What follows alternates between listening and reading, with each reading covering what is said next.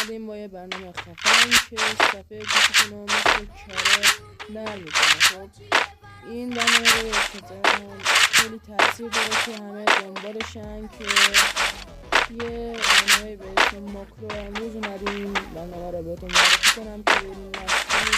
الان میبینیم که من هیچ برنامه یا از هیچ نرم افزار استفاده نکردم و صفحه گوشیم خیلی سخت داره میچرخه. الان میخوایم بریم اون برنامه رو فعال کنیم و براتون تستش کنیم که چجوری. خیلی صفحمون نرم، خب میتونیم موومنت بدیم و خیلی نرم و راحت میتونیم موومنت بدیم. خب بریم برای تست برنامه. داداشیا برنامه این برنامه است که ماکرو اسمش. خب بریم ببینیم داخلشو. خب برای فعال کردنش دکمه این بالا رو فعال میکنین، این دکمه رو فعال میکنین که این ماکرو فعال بشه و بره روی صفحه گوشیتون. میتونین از اینجا هم مدلش رو انتخاب کنین و سیوشون کنین. الان اینجا من هر مدلش رو میخواین بتونین سیوش کنین. خب اینجا هر کدومشو، مثلا این دایره که دیفالت تراسی همه چی داره، رنگاش هم داره. اینجا هیچ چیز مهم نیست، باید همشون رو فعال کنین.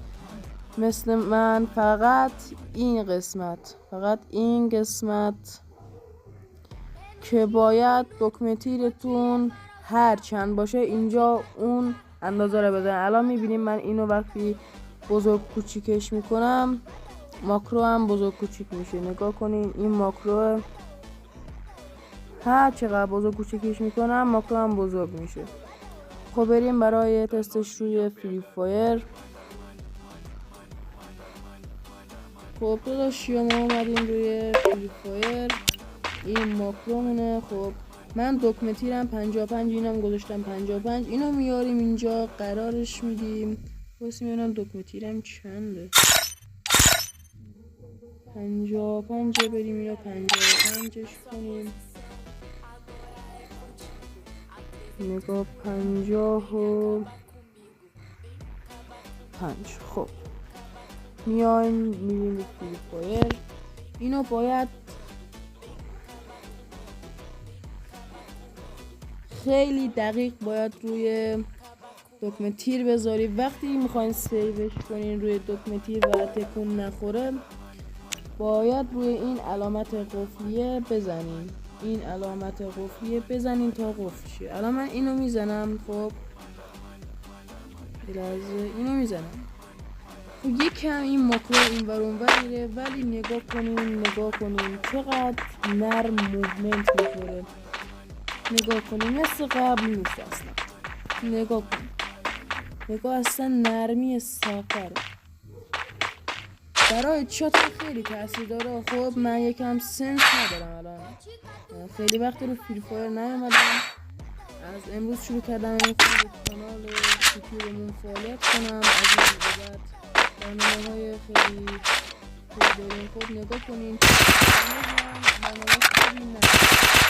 نگاه کنین سنس همش دیست. خب یه سنس خوب ندارم. خب نمیخوره تاثیر داره. خب خیلی تاثیر داره. باید توصیه میکنم که اینو خیلی برای خوبه. خب طریقه نصب این برنامه چجوریه؟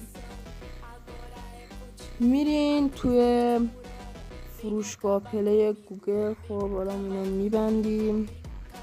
میرین رو فروشگاه پلی. این اسمش سرچش میکنین. این اسم که میبینین این بالا اونو سرچش میکنین. نگاه اینو کپی کنیم و سرچش کنیم در گوگل پلی.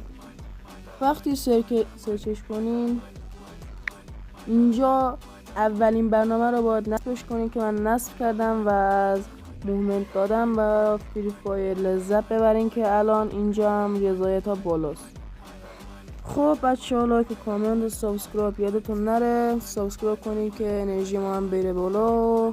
فعالیتامون بالا بره و برای بیشتری